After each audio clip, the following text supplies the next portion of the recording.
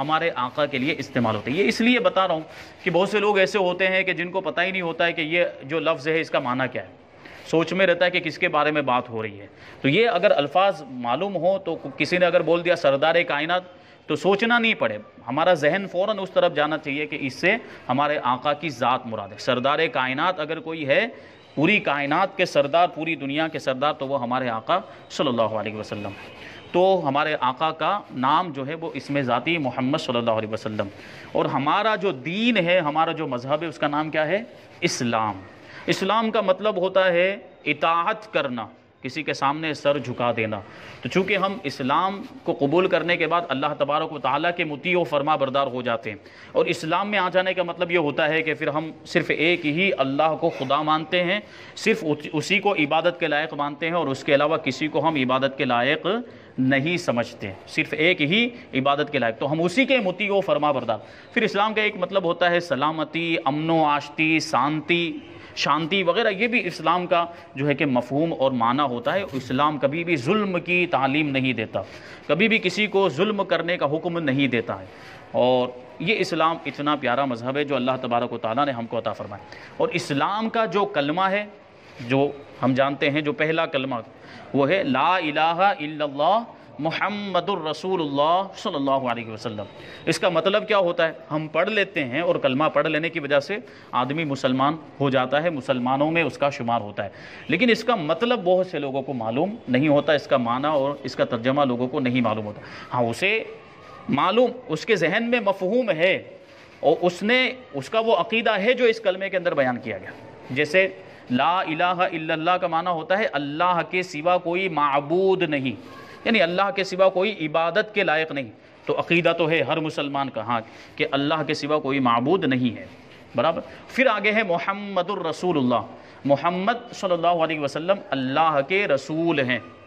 تو ایک کلمے کے دو حصے، دو جز ہیں، ایک ہے لا الہ الا اللہ اور ایک ہے محمد الرسول اللہ۔ اگر کوئی خالی لا الہ الا اللہ بھی پڑھتا رہے تب بھی وہ اس سے مسلمان نہیں ہوگا، اور کوئی اگر صرف محمد الرسول اللہ پڑھتا رہے اور لا الہ الا اللہ کے تعلق سے عقیدہ نہیں رکھتا ہے تو وہ بھی پورے طور پر مسلمان نہیں مانا جائے گا۔ پورا کلمہ پڑھنا پڑے گا، لا الہ الا اللہ محمد الرسول اللہ صلی اللہ علیہ وسلم۔ تو یہ ہے ہمارا کلمہ۔ اب اسلام کی بنیاد 5 چیزوں پر ہے۔ جو اسلام کی جو خاص چیزیں ہیں، ویسے تو بہت ساری اس کی اسلام کے اندر بہت سارے اعمال ہے، بہت ساری چیزیں ہیں، اور مختلف یعنی کہ اس کے جو ہے کہ طور طریقے بھی ہیں، لیکن بنیاد جو اس کی ہے وہ 5 چیزوں پر۔ سب سے پہلے تو یہ گواہی دینا، اس بات کی گواہی دینا کہ اللہ کے سوا کوئی معبود نہیں، اور اس بات کی گواہی دینا کہ محمد صلی اللہ علیہ وسلم اللہ کے خاص بندے اور اس کے رسول ہیں۔ یہ سب سے پہلی بنیاد ہے اسلام کی۔ پھر کیا ہے؟ دوسرے نمبر پر نماز قائم کرنا، تیسرے نمبر پر ہے رمضان کے روزے رکھنا، اور چوتھے نمبر پر ہے اگر صاحب نصاب ہے تو زکوٰۃ ادا کرنا، اور 5ویں نمبر پر ہے اگر طاقت ہے، استطاعت ہے تو حج کرنا۔ ٹھیک ہے، تو یہ 5 بنیادی چیزیں ہو گئی ہے۔ اسلام کی بنیاد ان 5 چیزوں پر ہے۔ اس کے علاوہ ایمان لانا کن چیزوں پر ضروری ہے، کن چیزوں پر ایمان لانا ہے؟ تو وہ جو ایمان مفصل جو ہم لوگ پڑھتے ہیں کہ آمنت باللہ وملائکتہ وکتبہ ورسلہ والیوم الآخر والقدر خیرہ وشرہ من اللہ تعالی والبعث بعد الموت۔ تو اس میں جو چیزوں کا ذکر کیا گیا ہے ان چیزوں پر ایمان لانا ضروری۔ سب سے پہلے تو اللہ پر ایمان لانا ضروری ہے، اللہ موجود ہے اور وہی ہمارا رب ہے، وہی ہمارا خدا ہے، یہ ایمان لانا ہے، اس کے سوا کوئی عبادت کے لائق نہیں۔ پھر وملائکتہ، اس کے فرشتوں پر بھی ایمان لانا ضروری ہے کہ فرشتے بھی اللہ تبارک و تعالیٰ کی ایک مخلوق ہے، جس کا بیان آگے آئے گا، اس کی تفصیل کے فرشتے کیسی مخلوق ہیں، ان کے پاس کیسی طاقت ہے، اللہ تبارک و تعالیٰ نے ان کو کیسا پاور عطا فرمایا ہے، وہ بھی ہم آگے پڑھیں گے انشاءاللہ تبارک و تعالیٰ۔ پھر ہے اس کی کتابوں پر ایمان لانا، کتابوں مطلب جو آسمانی کتابیں ہیں، اللہ تبارک و تعالیٰ نے جو اپنے نبیوں کو، اپنے رسولوں کو جو کتاب ہے، جیسے ہمارے پاس قرآن ہے، یہ ہمارے نبی پر اترا ہے، اسی طرح پہلے جو انبیاء کرام گزرے ہیں۔ اچھا، ایک لفظ آیا یہ انبیاء کرام، تو یہ بھی ہو سکتا ہے بہت سے لوگوں کو سمجھ میں نہ آتا ہو، تو یہ نبی ہم بولتے ہیں۔ نبی وہ انسان ہوتا ہے جس کو اللہ تبارک و تعالیٰ لوگوں کی ہدایت کے لیے دنیا میں بھیجتا ہے۔ یہ ہمارے آقا سے پہلے بھی بہت سے، کم و بیش 1,24,000 انبیاء کرام دنیا میں آئے، تو جب بھی لوگ گناہوں کی طرف جاتے ہیں اور نیکیاں چھوڑ دیتے ہیں، اللہ تعالیٰ کی فرما برداری چھوڑ کر نافرمانی کے کام کرنے لگ جاتے ہیں، اور اللہ کی عبادت چھوڑ کر دوسری چیزوں کی عبادت کرنے لگ جاتے ہیں، یعنی شرک کرنے لگ جاتے ہیں، مورتیوں کی پوجا کرنے لگ جاتے ہیں، بتوں کو پوجنے لگ جاتے ہیں، تو ایسے موقع پر جب برائیاں بہت زیادہ ہونے لگتی ہے تب اللہ تبارک و تعالیٰ اپنے نبی کو بھیجتا ہے لوگوں کی ہدایت کے لیے۔ تو وہ آتے ہیں اور آنے کے بعد لوگوں کو سمجھاتے ہیں اور ان کو بتاتے ہیں کہ اللہ تبارک و تعالیٰ ہی عبادت کے لائق ہے، اس کے علاوہ کسی دوسرے کی عبادت نہیں کرنی چاہیے، یہ شرک ہے، بہت بڑا گناہ ہے، اس سے بڑا کوئی گناہ ہی نہیں۔ پھر جو گناہوں کے کام وہ لوگ کر رہے ہوتے اس سے وہ روکتے ہیں، جو جہالت کے کام وہ لوگ کر رہے ہوتے، برائیاں جو کر رہے ہوتے اس سے روک کر اللہ کی طرف بلاتے ہیں، تو ان کو کہا جاتا ہے نبی۔ اور یہ نبی ایک وچن ہے، واحد ہے، یعنی ایک نبی ہو تو نبی کہیں گے، اور ایک سے زیادہ ہو تو کہیں گے انبیاء، ٹھیک ہے، یعنی دو ہو تو نبیین کہیں گے، لیکن دو سے زیادہ ہو تو اس کو انبیاء کہیں گے، یہ ہو گیا بہو وچن، برابر، انبیاء، نبی اور انبیاء، یہ بات سمجھ میں آ گئی۔ اور انبیاء کرام جو آگے لگاتے ہیں، کرام کا مطلب عزت والے، ٹھیک ہے، تو انبیاء ہیں تو ظاہر سی بات ہے اللہ کے نیک بندے، اللہ کے مقبول بندے ہیں، تو وہ ضرور عزت والے ہیں، تو اسی وجہ سے ان کے نام کے آگے کرام لگاتے ہیں۔ تو یہ کرام کریم کا بہووچن ہے، کریم مطلب عزت والا، جس کو اللہ تبارک و تعالیٰ نے عزت عطا فرمائی ہو۔ تو انبیاء کرام ہم اسی لیے کہتے ہیں کہ وہ اللہ کے مقبول بندے ہیں، اللہ کی بارگاہ میں ان کا مقام و مرتبہ بہت بلند و بالا ہے، تو اسی وجہ سے انبیاء کرام کہتے ہیں۔ ایسے ہی اولیاء کرام بھی ہم بولتے ہیں، تو اولیاء یہ ولی کی جمع ہے، ولی تو ہم جانتے ہیں جو اللہ کے مقبول بندے ہوتے ہیں، جو پوری زندگی اللہ کی فرما برداری میں گزار دیتے ہیں اور عبادت اور ریاضت میں گزار دیتے ہیں، تو ان کو ولی کہتے ہیں، اللہ کے دوست، اللہ کے دوست ہوتے ہیں یہ۔ تو ولی کا بہووچن، ولی کی جو جمع ہے وہ اولیاء ہے، یہ تو ہم لوگ جانتے ہیں، عام طور پر بولتے بھی ہیں۔ تو اسی طرح اس کے ساتھ بھی کرام لگاتے ہیں، تو یہ ہو جاتا ہے اولیاء کرام، اور کرام کا مطلب عزت والے۔ اور علماء کرام، علماء یہ عالم کی جمع ہے، عالم کا بہووچن، عالم یعنی ایک عالم، علم والا، جانکاری رکھنے والا، دین کی جانکاری، اسلام کی جانکاری رکھنے والا، اس کو کہتے ہیں عالم، اور اسی کا بہووچن ہو گیا علماء، اور اس کے ساتھ کرام لگا دیں تو علماء کرام ہو جاتا ہے۔ تو یہ الفاظ جو ہے کہ آتے رہتے ہیں، بیانات میں آتے ہیں، تقریر میں آتے رہتے ہیں، تو ہم کو اس کا معنی خبر ہونی چاہیے کہ مطلب اس کا کیا مطلب ہوتا ہے، اس کا مفہوم کیا ہوتا ہے، تاکہ ہم بات کو اچھی طرح سمجھ سکیں۔ تو یہ علماء کرام، اولیاء کرام، انبیاء کرام، اس بات کو بھی جاننا ضروری ہے۔ تو اللہ تبارک و تعالیٰ کے فرشتوں پر ایمان لانا ہے، اس کی کتابوں پر ایمان لانا بھی ضروری ہے، اور اس کے رسولوں پر ایمان لانا بھی ضروری ہے۔ ایک تو ہے کہ نبی جس کو اللہ تبارک و تعالیٰ نے لوگوں کی ہدایت کے لیے بھیجا، اور انہی میں کچھ رسول بھی ہوتے ہیں، اور رسول اسے کہا جاتا ہے جس کو اللہ تبارک و تعالیٰ نے لوگوں کی ہدایت کے لیے تو بھیجا ہے، ساتھ ہی ساتھ کوئی کتاب بھی اس کو عطا فرمائی۔ جیسے ہمارے نبی ہیں تو وہ نبی بھی ہیں اور رسول بھی ہیں، یعنی اللہ نے ہمارے نبی کو کتاب بھی عطا فرمائی، جو قرآن مجید ہمارے سامنے موجود ہے، یہ اللہ تبارک و تعالیٰ نے ہمارے نبی کو عطا فرمایا لوگوں کی ہدایت کے لیے۔ تو یہ دیکھیں، یہ ہماری کتاب جو ہے کہ قرآن مجید جو ہے ہماری ہدایت کے لیے نازل ہوا۔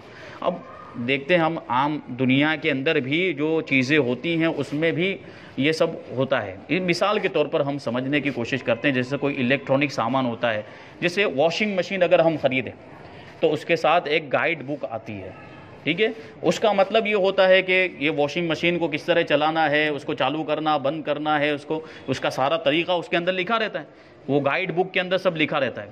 لیکن کبھی کبھی کیا ہوتا ہے کہ کسی کو انگلش نہیں آتی، وہ انگلش میں لکھا ہوا ہے، یا اس کو سمجھ میں نہیں آ رہا ہے کہ اس میں لکھا تو پڑھ تو لے رہا ہے وہ، لیکن اس کو بات سمجھ میں نہیں آ رہی ہے کہ یہ بٹن کہاں ہے، یہ سوئچ کہاں ہے، وہ اس کو سمجھ میں نہیں آ رہا ہے۔ تو اس کو سمجھانے کے لیے کبھی کبھی کیا ہوتا ہے، کمپنی میں فون کرتے ہیں کہ یہ ہم کو چلانا نہیں آ رہا ہے تو آدمی بھیجو، تو پھر کیا ہوتا ہے، کمپنی میں سے آدمی آتا ہے اور وہ خود چلا کر دکھاتا ہے کہ دیکھو اس طرح چالو کرتے ہیں، اس طرح بند کرتے ہیں، اور اس طرح یہ کام کرتا ہے، اور اس کے چالو اور بند کرنے کا طریقہ۔ تو بغیر تشبیہ کے، بغیر تمثیل کے سمجھیں، کیونکہ یہ تو ایک مثال میں نے دی ہے، ورنہ حضور کی ذات سے اس کا کوئی لینا دینا نہیں ہے، یہ سمجھانے کے لیے میں نے کہا۔ تو بالکل اسی طرح نہیں، بلکہ اس سے ہٹ کے سمجھنے کے لیے آپ یہ مثال کو ذہن میں رکھیں۔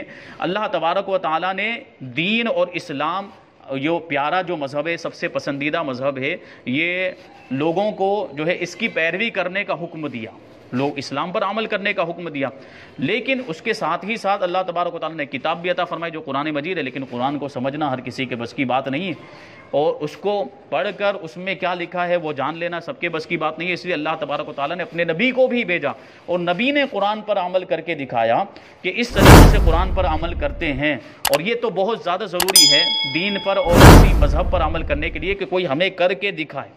تو ہمارے نبی صلی اللہ علیہ وسلم نے دین پر عمل کر کے دکھایا کہ اس طریقے سے دین پر عمل کرتے ہیں، اور قرآن مجید کے اندر جو باتیں، بہت سی ایسی باتیں ہیں جو مختصر بیان کی گئی تھی، جس میں اتنی ڈیٹیل نہیں تھی، لیکن اللہ کے رسول صلی اللہ علیہ وسلم نے اس کو اور زیادہ تفصیل کے ساتھ بیان کیا، حدیثوں کے اندر بیان کیا کہ کیسے عمل کرتے ہیں، اور یہ اسلام کا جو پورا جو سارے جو احکام تھے وہ اللہ کے رسول صلی اللہ علیہ وسلم نے بیان کیے۔ تو رسول وہ ہوتا ہے جس پر کتاب بھی نازل ہوئی ہو، تو ہمارے آقا جو ہے وہ نبی بھی ہیں اور رسول بھی ہیں۔ اس سے کیا بات پتہ چلی کہ جو رسول ہوتا ہے وہ نبی بھی ہوتا ہے، لیکن یہ ضروری نہیں کہ جو نبی ہو وہ رسول بھی ہو، ٹھیک ہے؟ یہ دو چیزوں کا مطلب ہمیں سمجھ میں آگے، یہ آگے بھی یہ بات آئے گی انشاءاللہ تبارک و تعالیٰ۔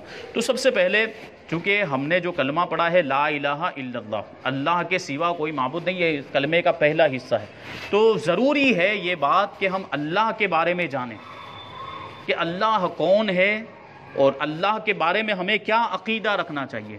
عقیدہ یعنی یقین، اور اپنے دل کو کسی بات پر باندھ لینا، اور کسی بات کو اپنے دل میں جما لینا، اس کو کہتے ہیں عقیدہ۔ تو اللہ کے بارے میں ہمیں کیسا عقیدہ رکھنا چاہیے، یعنی کیسی مانیتا رکھنی چاہیے کہ اللہ کون ہے، اور اس کے بارے میں عقائد کیا ہونے چاہیے، ضروری مسئلے مسائل۔ تو دیکھیں اللہ تبارک و تعالیٰ کے بارے میں ہمارا عقیدہ یہ ہونا چاہیے کہ اللہ ایک ہے، ٹھیک ہے؟ اللہ معبود خدا ایک ہی ہے، اس کے سوا دوسرا کوئی خدا نہیں، اور اس کا کوئی شریک نہیں۔ شریک مطلب یعنی ایسا نہیں ہے کہ دنیا چلانے کے لیے وہ کسی کی مدد لیتا ہے، معاذ اللہ ایسا ہرگز نہیں، وہ اکیلا ہے، اس کو کسی دوسرے کی ضرورت ہی نہیں ہے، اس کے پاس اتنی طاقت ہے۔ نہ ذات میں کوئی شریک ہے، نہ صفات میں کوئی شریک ہے، یعنی ایک خدا ہے، دوسرا کوئی خدا نہیں ہے، اور اس کی صفات میں بھی جیسے رحمان، یہ اللہ تبارک و تعالیٰ کی ایک صفت ہے، رحم کرنے والا، مہربان، تو اللہ تبارک و تعالیٰ رحمان ہے، تو اللہ کی جو صفت ہے ایسی صفت کسی دوسرے کے اندر نہیں پائی جاتی، ٹھیک ہے؟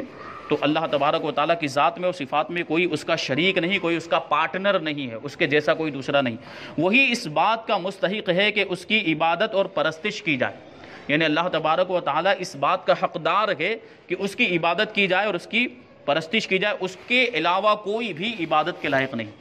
اگرچہ لوگ بنا لیتے ہیں دوسرے چیزوں کو خدا بنا لیتے ہیں، جیسے کہ ہمارے ملک میں رہنے والے غیر مسلم، ان کے خداؤں کی تعداد تو لاکھوں ہزاروں میں ہے، اور جس چیز کے اندر تھوڑی طاقت دیکھتے ہیں، تھوڑا سا کمال دیکھتے ہیں تو اس کو خدا بنا لیتے ہیں۔ تو ایسا نہیں، اللہ تبارک و تعالیٰ ہی ایک معبود ہے، وہی عبادت کے لائق ہے، اور اس کے علاوہ دوسری چیزیں جتنی بھی ہیں سب فنا ہو جانے والی ہیں، اور کوئی بھی خدا بننے کے لائق نہیں، عبادت کے لائق نہیں۔ وہ واجب الوجود ہے، یعنی اس کا وجود ضروری ہے، اور عدم یعنی نہ ہونا محال ہے۔ واجب الوجود موجود ہے، اللہ تبارک و تعالیٰ موجود ہے، اور عدم یعنی نہ ہونا یہ اس کے لیے محال ہے۔ کیسے؟ جیسے مخلوق ہے، ہم سب مخلوق کا کیا مطلب ہوتا ہے؟ جس کو اللہ تبارک و تعالیٰ نے پیدا کیا ہو اس کو کیا کہتے ہیں؟ مخلوق، اور اس کا بہووچن ہو جاتا ہے مخلوقات، ٹھیک ہے؟ یعنی ایک سے زیادہ بہت ساری مخلوقات، ٹھیک ہے؟ تو جس کو اللہ تبارک و تعالیٰ نے پیدا کیا وہ کیا ہو گیا؟ مخلوق۔ اور اللہ کے سوا جتنی بھی چیزیں ہیں ان کا معاملہ کیا ہے کہ پہلے نہیں تھی، معدوم تھی، پھر وجود میں آئی، موجود ہوئی، اور ایک ٹائم ایسا آئے گا کہ وہ کیا ہو جائے گی؟ ختم ہو جائے گی، فنا ہو جائے گی، پھر سے معدوم ہو جائے گی۔ جیسے انسان ہی کو لے لیں، انسان پہلے نہیں تھا دنیا میں، مطلب پہلے تو کچھ بھی نہیں تھا، اور حضرت آدم علیہ السلام سے پہلے دوسری مخلوقات کو پیدا کیا گیا، پہاڑ درخت وغیرہ پیدا ہوئے، اور حضرت آدم علیہ السلام سے پہلے کوئی انسان تھا ہی نہیں۔ تو انسان پہلے معدوم تھا، پھر وجود میں آیا، اور پھر ہم دیکھتے ہیں کہ انسان بڑا ہوتا ہے، پھر اس کی موت ہو جاتی، مر جاتا ہے، پھر سے معدوم ہو جاتا ہے۔ تو یہ جو چیز ہے معدوم ہو جانا، ختم ہو جانا، یہ مخلوق کا خاصہ ہے، خالق کے اندر یہ چیز نہیں۔ خالق جو ہوگا وہ تو ہمیشہ سے موجود ہے اور ہمیشہ موجود رہے گا، کبھی بھی فنا نہیں ہو سکتا۔ جو خالق ہوگا، خالق مطلب پیدا کرنے والا، اللہ تبارک و تعالیٰ کی ایک صفت ہے خالق، پیدا کرنے والا، اور جس کو اس نے پیدا کیا ہے اس کو کیا کہتے ہیں؟ مخلوق۔ تو اللہ تبارک و تعالیٰ واجب الوجود ہے، یعنی اس کے لیے عدم نہیں ہے، نہ ہونا نہیں ہے۔ وہ قدیم ہے یعنی ہمیشہ سے ہے، اور ازلی کے بھی یہی معنی ہے، ہمیشہ سے ہے۔ اور وہ باقی ہے یعنی ہمیشہ رہے گا، اور اسی کو ابدی بھی کہتے ہیں۔ اللہ تبارک و تعالیٰ ازلی بھی ہے اور ابدی بھی ہے، ہمیشہ سے ہے اور ہمیشہ رہے گا۔ جو مخلوق ہوتی ہے اس کی کوئی نہ کوئی ابتدا ہوتی ہے، کوئی نہ کوئی شروعات ہوتی ہے، اور جو مخلوق ہوتی ہے اس کی کوئی نہ کوئی انتہا بھی ہوتی ہے، اس کا کچھ نہ کچھ اینڈ بھی ہوتا ہے، ٹھیک ہے۔ جیسے انسان کا میں نے ابھی بتایا کہ اس کی شروعات ہوئی اور پھر وہ ختم ہو جاتا ہے، لیکن جو معبود ہوگا، جو خدا ہوگا، اس کی کوئی ابتدا نہیں ہوگی، کوئی شروعات نہیں ہوگی، اور اس کی کوئی انتہا بھی نہیں، ٹھیک ہے، کیونکہ یہ ساری چیزیں مخلوق کے اندر ہوتی ہے، اور اللہ تبارک و تعالیٰ مخلوق نہیں، وہ تو خالق ہے۔ وہ کیا ہے؟ خالق ہے، وہ تو پیدا کرنے والا ہے۔ وہ بے پرواہ ہے، بے نیاز ہے، اس کو کسی کی پرواہ نہیں، کسی کی فکر نہیں ہے۔ یہ عبادت جو ہم اللہ تبارک و تعالیٰ کی کرتے ہیں تو ہم اپنے فائدے کے لیے کرتے ہیں، کیونکہ ہم پر عبادت کرنا فرض ہے۔ انسان ہونے کی وجہ سے اللہ تبارک و تعالیٰ نے ہم کو اتنی ساری نعمتیں عطا کی ہیں، اس وجہ سے ہم پر فرض ہے، ضروری ہے کہ ہم اس کی عبادت کریں۔ اور اللہ کو ہماری عبادت کی ضرورت نہیں، اللہ تو بے نیاز ہے، اس کی عبادت کرنے والے تو فرشتے موجود ہیں، کتنی دوسری مخلوقات ہے جو اللہ کی عبادت کرتی ہے، تو اللہ کو ہماری عبادت کی ضرورت نہیں، ہم کو ضرورت ہے کہ ہم اس کی عبادت کریں۔ تو وہ بے نیاز ہے، بے پرواہ ہے، اور کسی کا محتاج نہیں ہے، اور تمام جہان اس کا محتاج ہے۔ ساری دنیا کو اللہ تبارک و تعالیٰ کی ضرورت ہے۔ جس طرح اس کی ذات قدیم ازلی ابدی ہے، صفات بھی قدیم ازلی اور ابدی ہیں۔ جیسے ابھی ذات کے بارے میں بیان کیا کہ اللہ تبارک و تعالیٰ کی نہ کوئی ابتدا ہے نہ کوئی انتہا ہے، وہ قدیم ہے یعنی ہمیشہ سے ہے، اور باقی ہے یعنی ہمیشہ رہے گا، وہ ازلی ہے، ابدی بھی ہے۔ اسی طرح اس کی جو صفات ہیں، جیسے رحمان ہے، رحیم ہے، یہ اس کی صفات ہیں اللہ تبارک و تعالیٰ کی، تو اس کی جو صفات ہیں یہ بھی ازلی اور ابدی، یعنی یہ بھی ہمیشہ سے ہے اور ہمیشہ رہیں گی۔ اس کی ذات و صفات کے سوا سب چیزیں حادث ہیں، یعنی پہلے نہ تھی پھر موجود ہوئی۔ جیسے انسان کے بارے میں بتایا، اللہ تبارک و تعالیٰ کی ذات اور اس کی جو صفات ہیں، اس کے علاوہ جتنی بھی چیزیں پوری کائنات کے اندر ہیں وہ سب پہلے موجود نہیں تھی، بعد میں موجود ہی، اور ایک وقت ایسا آئے گا کہ یہ سب چیزیں فنا ہو جائیں گی۔ وہ نہ کسی کا باپ ہے، نہ بیٹا ہے، اور نہ اس کے لیے بیوی ہے۔ جو اسے باپ یا بیٹا بتائے یا اس کے لیے بیوی ثابت کرے وہ کافر ہے، کیونکہ یہ بیٹا ہونا یا باپ ہونا یہ تو انسان کے لیے ہوتا ہے، یہ مخلوق کے لیے ہوتا ہے، جانداروں کے لیے ہوتا ہے، اور جو مخلوق ہے وہ خالق نہیں ہے۔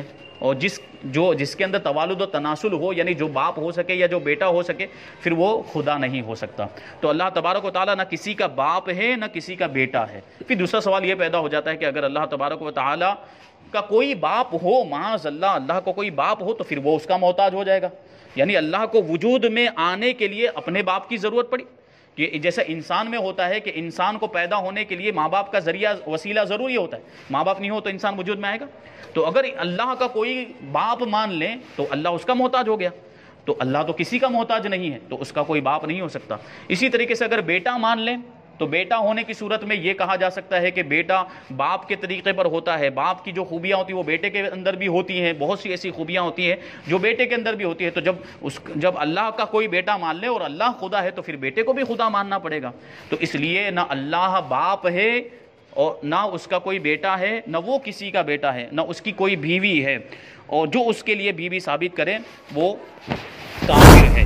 یہ اللہ تبارک و تعالیٰ کے تعلق سے ضروری کچھ مسائل تھے۔ انشاءاللہ تبارک و تعالیٰ آگے اور باتیں سیکھیں گے اور باتیں جانیں گے۔ اللہ تبارک و تعالیٰ ہم سب کو عمل کی توفیق عطا